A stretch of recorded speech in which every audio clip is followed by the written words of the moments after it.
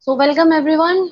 So in today's lecture we will be discussing about various autoimmune disorders, but systemic or non-organ specific autoimmune disorders would be discussed in today's lecture, because in our previous lectures we have talked about organ specific autoimmune disorders. That means those disorders they are completely localized in a particular organ, or they can attack a particular organ only. But the current topic is those autoimmune disorders or those autoimmune diseases, those who are not organ specific, they are systemic in nature. So the main learning objective of this lecture is you will be getting to know the concept and the various different types of autoimmune disorders who are not confined to a particular organ. What are their mechanistic approaches, how they are developing, what kind of cells are playing the role. So after, at the end of this lecture, you will be able to learn the complete role of all types of autoantibodies, treatment regimens, diagnosis part, that how we can deal with these autoimmune disorders who are developing due to the mistake abruption of an immune response against self antigens. So if you talk about systemic autoimmune disorders, those disorders which are confined, which are associated with certain kinds of autoantibodies that are produced against self antigens, but they are not tissue specific, they are not organ specific. Those are known as systemic autoimmune disorders. Whenever you are talking about these systemic autoimmune disorders, the antigens who are responsible for creating a state of autoimmunity, they can be widespread. That means their distribution is very wide, very broad. It can reach to many tissues, and in fact many organs or many tissues at a time. So in this category we will be discussing few diseases pertaining to this concept, that is, for example, rheumatoid arthritis, systemic lupus erythematosus, scleroderma, polymyositis. So all of these diseases are basically different non-organ autoimmune disorders. This is the complete, what is the organ that would be affected, and the proposed self antigens, and the clinical manifestation of a particular disease. For example, rheumatoid arthritis, the main organ affected is joints, lungs, nerves. Joints can be of any part. Okay, so similarly, the proposed self antigen in this case is some certain peptides that are present in the joint, and the main antibody that is produced, that is IgG. So after this autoimmune condition is being happening, what is the clinical manifestation? Deforming arthritis, skin nodules, swelling. Sometimes lung and nerve involvement is also there. So depending upon that, this is just the list in which different diseases are listed in conjunction with the main organ they are affecting, as well as the proposed self antigen and their clinical signs. So we'll be discussing our first disease, that is SLE. This is the most chronic systemic inflammatory disease. First of all, we must keep this thing in mind. This is an inflammatory based disease in which multiple organs would be affected. That means inflammation would be spread in many organs. And in this, there is a diverse array of clinical signs, clinical symptoms, that is basically due to the large production of many autoantibodies against the nucleic acids. However, the exact pathophysiology of this SLE is still, it is under discovery phase also. But the main point is the apoptotic cells, they are not being cleared from the body. That means defective clearance of those apoptotic cells, the immune complexes. Suppose the antibody that has been formed, it is attached to the antigen, but it is not being cleared from the body. They are the major contributor in the progression of this disease. And the main thing that is involved in the development of this disease is autoantibody production, and the main symptoms are inflammation, blood vessel abnormality, in which there is a condition known as vasculitis, immune complex deposition, because immune complexes are not being cleared from the body. However, they need to clear out, but if they are not being cleared out, they will keep on depositing at the different locations in the body. And the most characterized organ in this concept is kidney. That means this disease is is highly attacking against an organ, kidney. The main thing is because whatever the autoantibodies are being generated, they are being generated against certain nuclear components.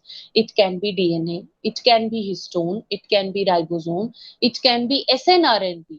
Now, first of all, you people must have read about it, that the DNA is wrapped around histone proteins. If you talk about packaging of chromosomes or packaging of DNA in chromosomes, in that case, this concept is very much elaborative, that DNA is wrapped around histone octamer.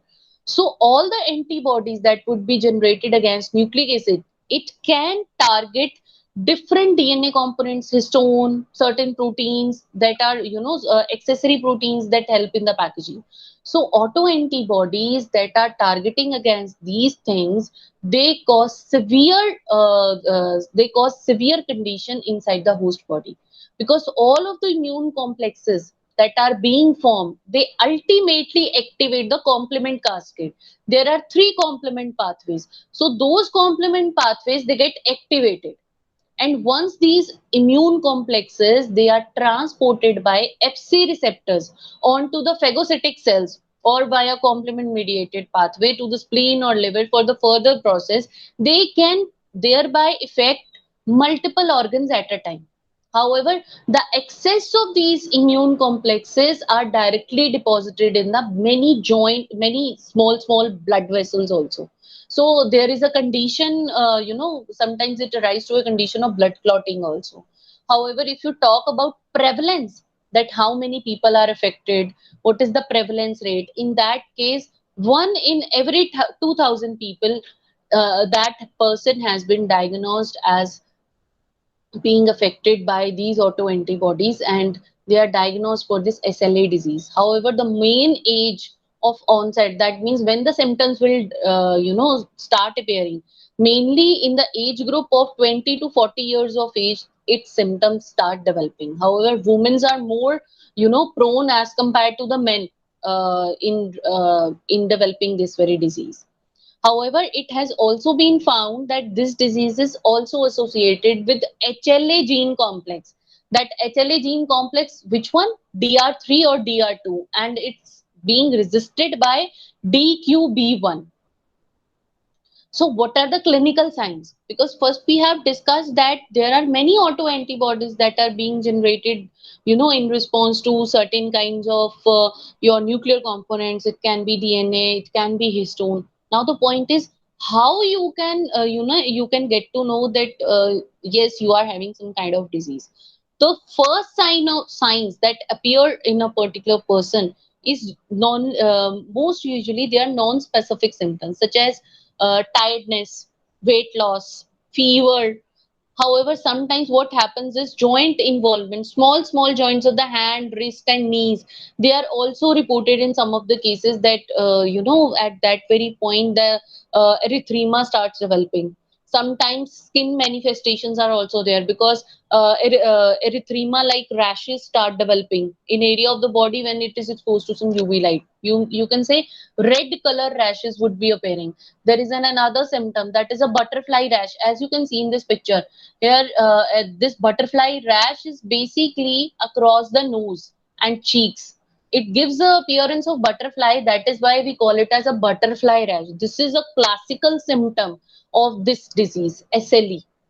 And some patients have also been, found they exhibit some renal complications also. That means renal involvement is also there.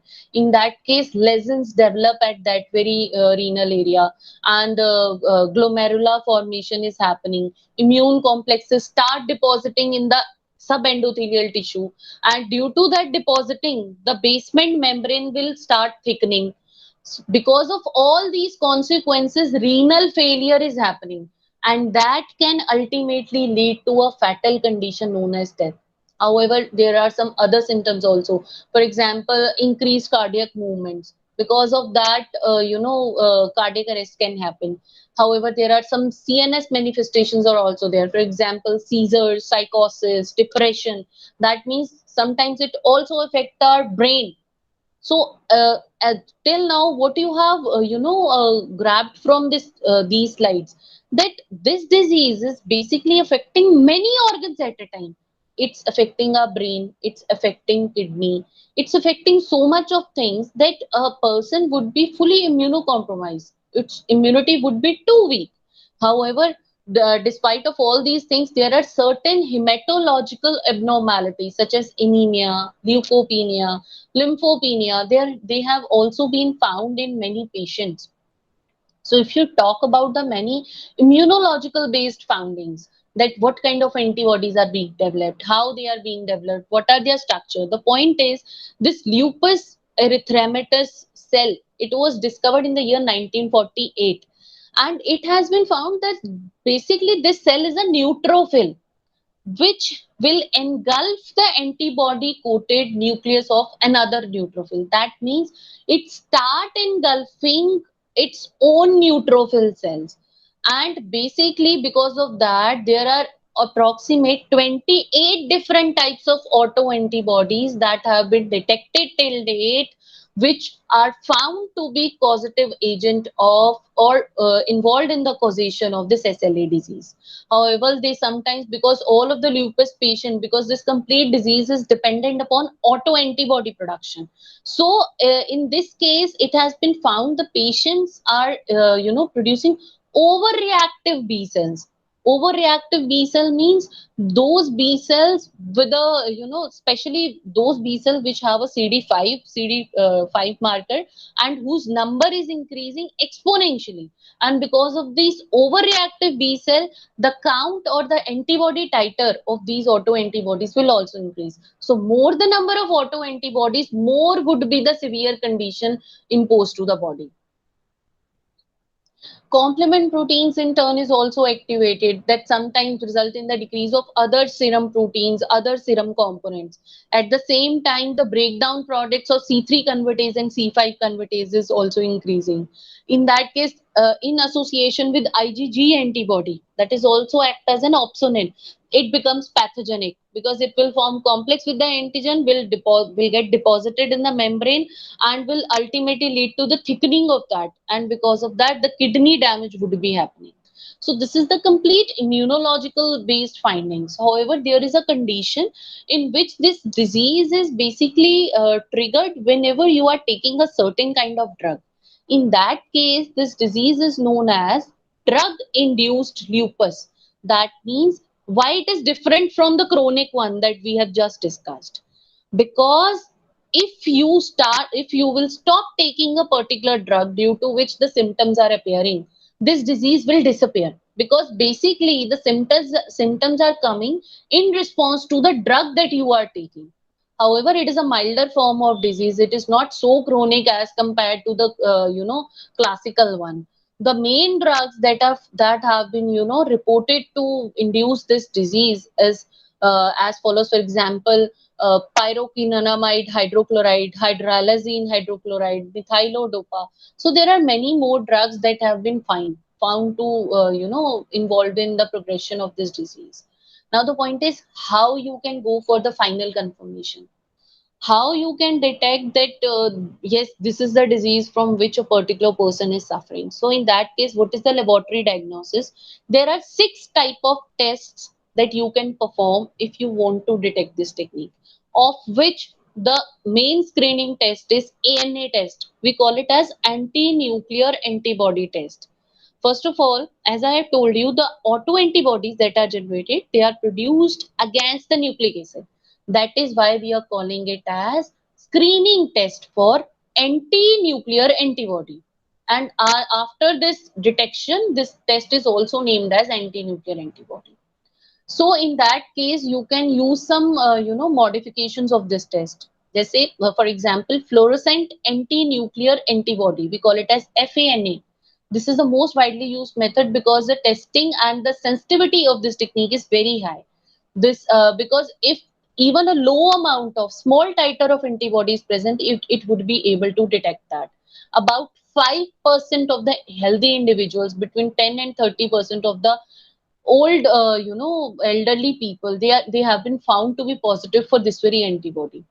If this test is positive, in that case, the individual profiling of single antibody would be done. As I've told you, there are total 28 different autoantibodies.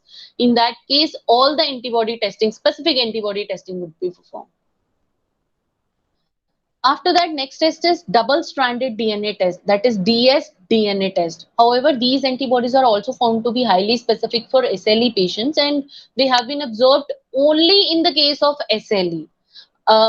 Till date, whatever cases have been reported, in those cases, 50 to 80% of the patients, they have been found to be positive in this test, and this is the main diagnostic test of this very disease. Because in this case, what is happening, if you are using fluorescence, so at the peripheral surface, the staining would be happening in the IFA. This is a very sensitive test that we can use for for detection of this disease. Next is anti-histone antibody. Now, again, I'm going back to that point. As I've told you, autoantibodies against nuclear components, against DNA, we have just discussed. Now, against histone proteins. These are proteins around which DNA is wrapped. So, histone is the basically major component of chromatin. However, this antibody is also found in certain lupus patients because it binds to the DNA, and it can, it may be present in all cases of drug-induced lupus also.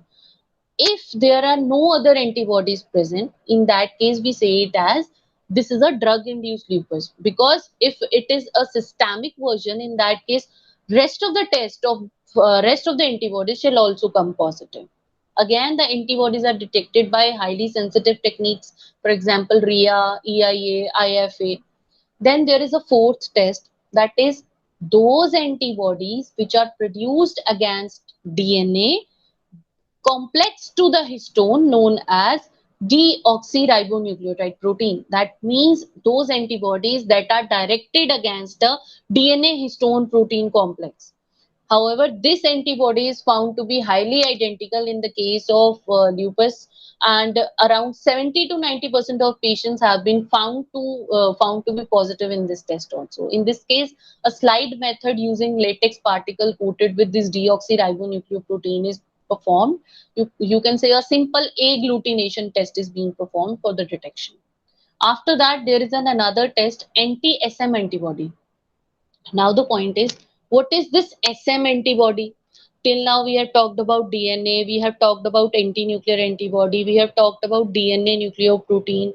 Now what is this anti-SM? SM is basically basically these two words, these two letters are derived from the name of the patient on which this antibody was first of all detected.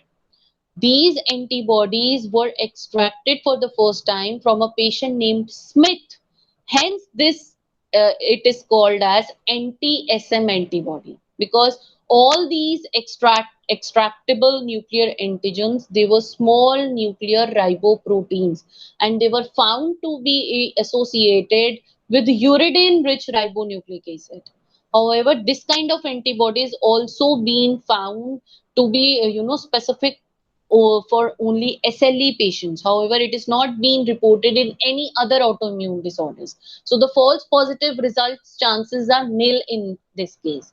You can go for the detection of these antibodies by double diffusion method, passive hemagglutination method, and EIA method. However, in this case, different member of extractable nuclear antigens have been reported, of which SSARO, SSBLA are the main key players. Antibodies against these antigens have been reported in around 40% of patients, and against another antigen, it is around 15% of agents. And you can go for the detection with the use of human tissue culturing also. You can say you can use HEP2 cell lines, that is human epidermal growth cell lines. After that, last test is anti NRNP. That means it will produce, this is against a ribonuclear protein, an antibody that is produced against nuclear ribonuclear protein. It is a fine speckled IFA pattern that is observed in this manner. And however, this RNP against which this antibody is being detected, it is an RNA which is present in the close vicinity of the 8 non-histonic proteins. That means histone proteins are not involved, because whenever the DNA is wrapped around the histone proteins, there are some other basic proteins also that provide the stability. So this is basically test that is used for the detection of those proteins. These antibodies are found in a very high titer in case of individual with mixed connective tissue disease, and it has also been found in many other autoimmune diseases. You can go for the detection either by diffusion, EIA, or RIA method. The primary thing is how you can go for the treatment. If all of these things have been channelized that yes, this patient is suffering from SLE, in that case, whatever the primary symptom that is normally observed in the patient, that is fever or arthritis, or in that case a very high dose of aspirin or other anti-inflammatory drugs is being administered to the patients. You can say steroids are being given.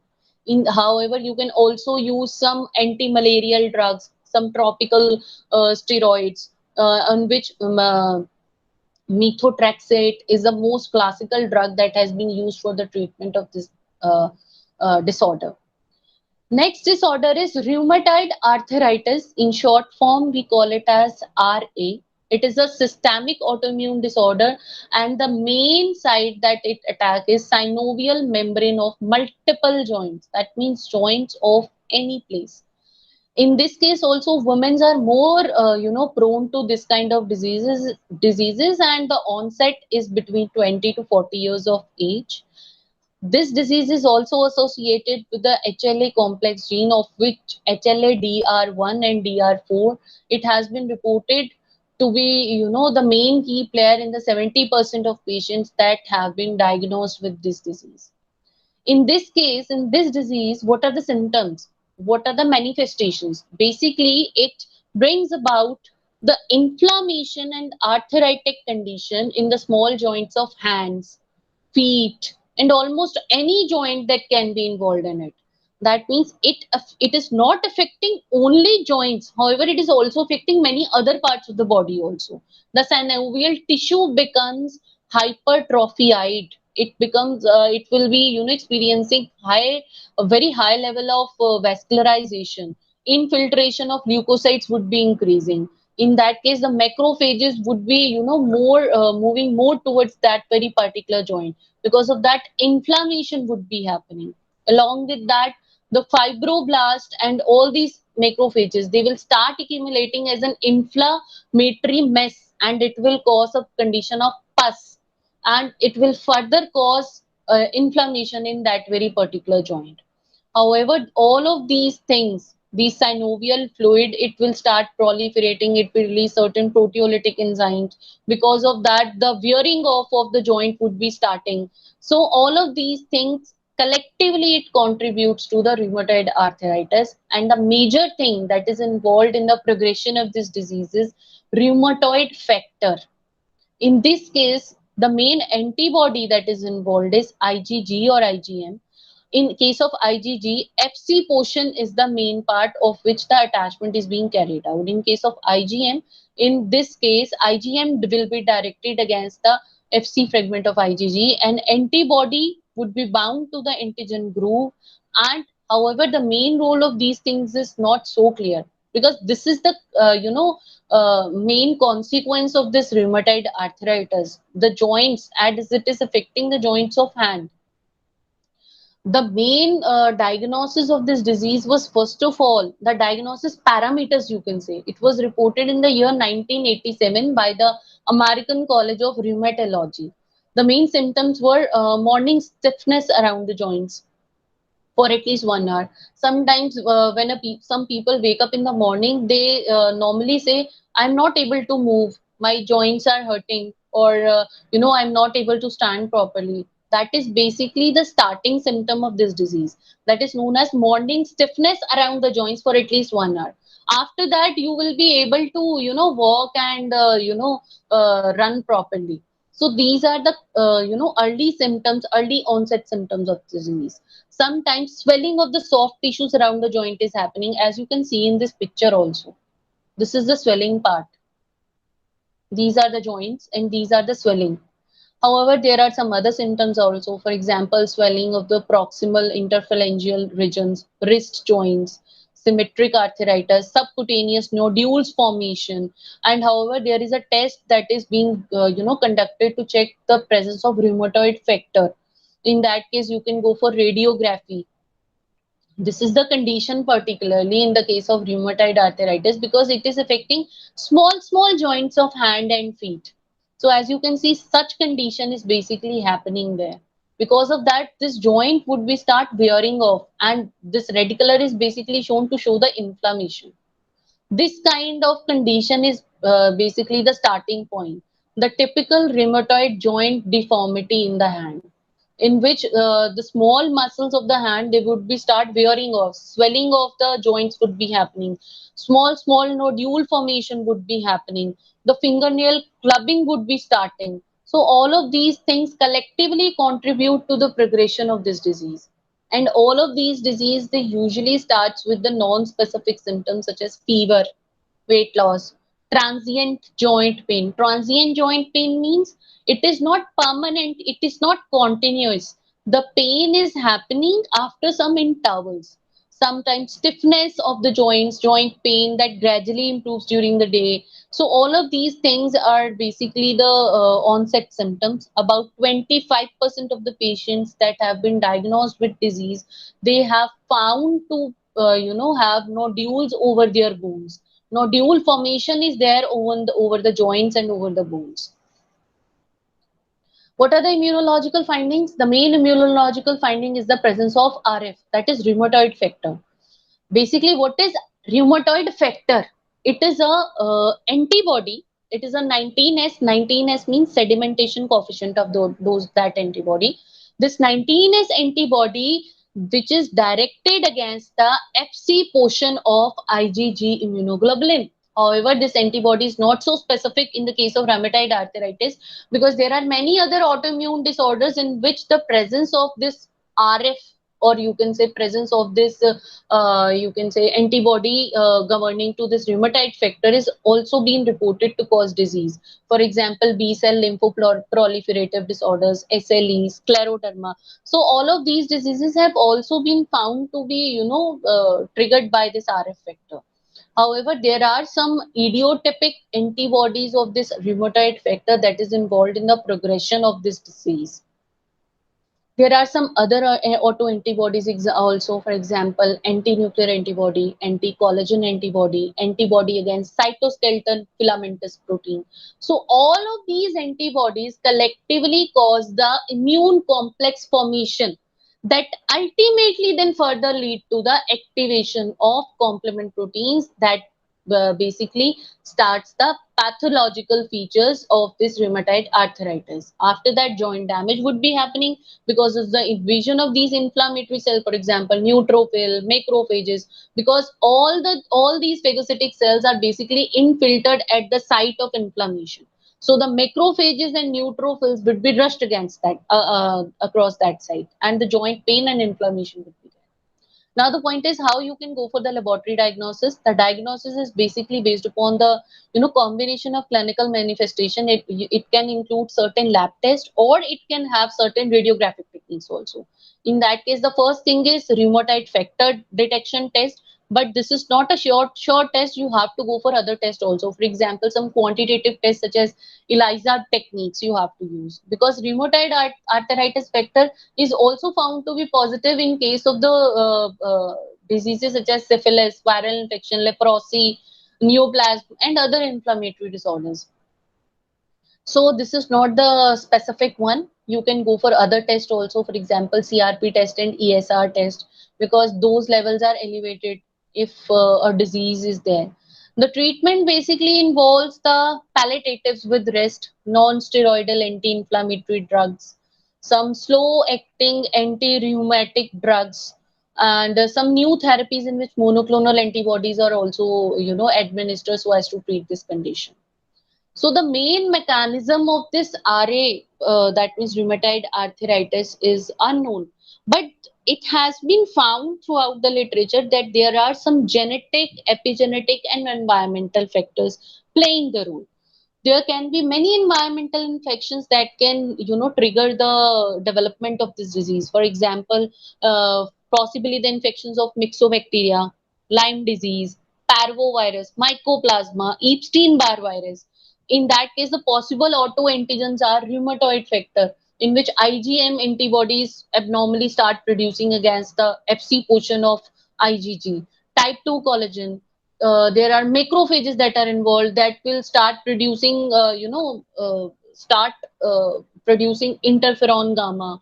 However, there are other cells, neutrophils, they will start accumulating in the synovial fluid. They will synthesize inflammatory molecules, proteases, reactive oxygen species. So all of these things collectively will start wearing of the joint. So it is a complete autoantibody and T cell dependent inflammatory reaction. So in case you are having any kind of, if you are talking about autoimmune diseases, the treatment available so far is non-specific. Because in the early course of diseases, first of all, anti-inflammatory drugs are administered. You can say non-steroidal anti-inflammatory drugs, in which these are the few drugs, for example, gold steroids, corticosteroids. You can also use monoclonal antibodies. This is the most in therapy in the current era, in which we can use different varieties of monoclonal antibodies targeted against different things. There can be many experimental approaches also. You can go for bone marrow transplantation, stem cell therapy, intravenous immunoglobulin therapy, Fab antibodies fragments to against T cell and B cells can be used. Some certain soluble, PRR, that is pattern recognition receptor therapy, can be administered. Antigen-based immunotherapy can be administered so as to, go for the T cell switching. So all of these things are playing a very important role in this scenario. However, there are some common autoimmune diseases classified by their mechanism. For example, here you can see rheumatoid arthritis that we are discussing currently. This is a type 3 immune complex mediated disease. A rheumatoid factor IgG complex. As I have told you, the antibody directed against RF factor, it is basically attaching to the Fc portion of IgG. So it is a rheumatoid factor Ig complex, and the consequences arthritis. In case type 1 diabetes, it is a pancreatic beta cell antigen that lead to the beta cell destruction completely, so that insulin is stopped producing altogether. So this is a type 4 cell mediated disease. Because all of these disease falls in the different categories. For example, rheumatoid arthritis, it is also immune complex mediated disease. On the other hand, it is a T cell dependent disease also, because there is some unknown antigen that is present in the synovial fluid. Because of that, joint inflammation and destruction is happening, because the T cells are coming there and they are destroying the cells. So it is dependent upon both the mechanisms. In the case of multiple sclerosis, it is a disease associated with the central nervous system. Myelin basic protein, proteolipid protein, myelin oligodendrocyte, glycoprotein, all of these proteins are acting as an autoantigen against which autoantibodies are produced.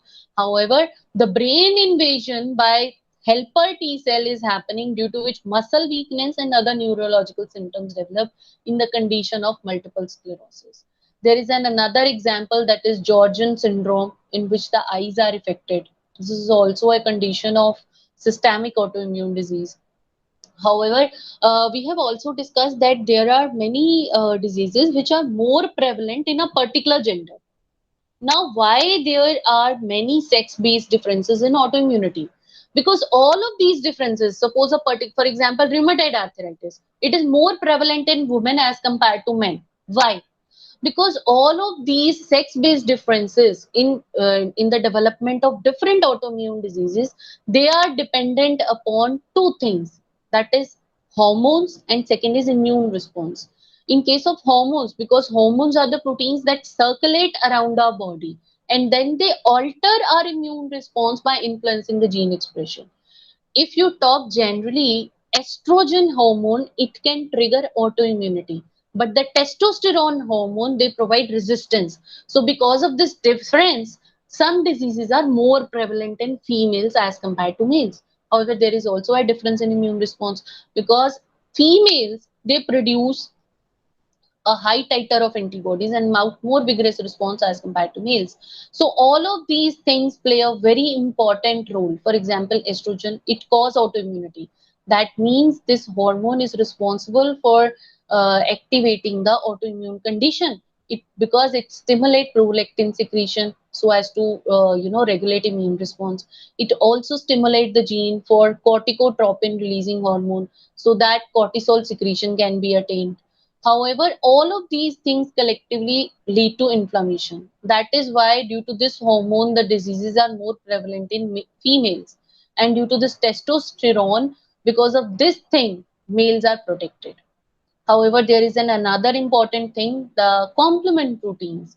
Because in many of the diseases, we have discussed about the role of complement proteins in conjunction with autoantibodies.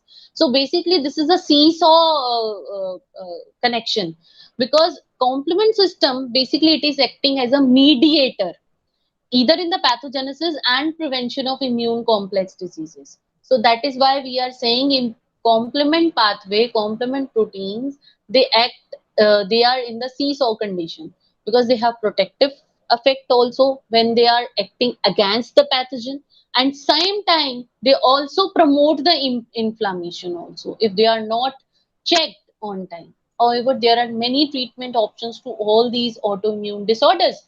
For example, you can have anti-inflammatory drugs in which non-steroidal anti-inflammatory drugs are administered.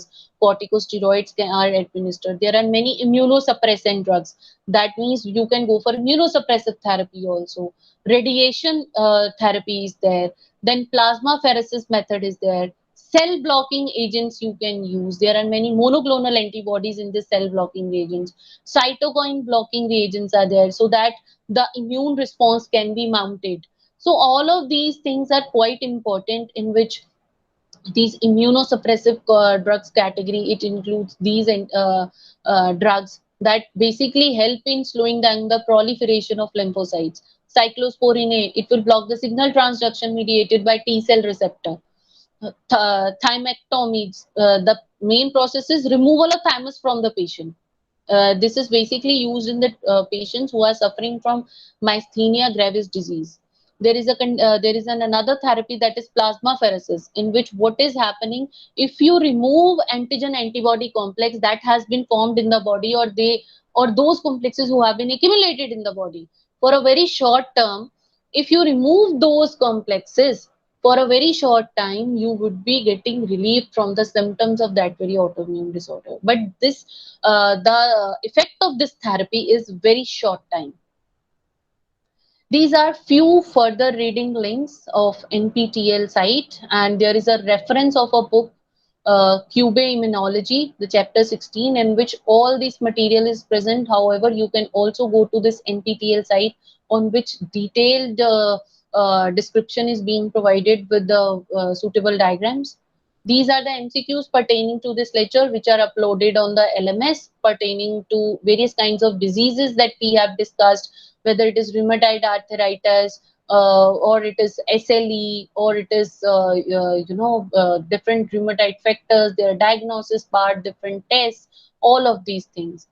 So in the coming lecture, we would be discussing our next topic, that is immunodeficiency. What is this immunodeficiency, and what are their types? What are the disorders associated with that? So all of these things would be covering in our next lecture. Thank you so much for listening.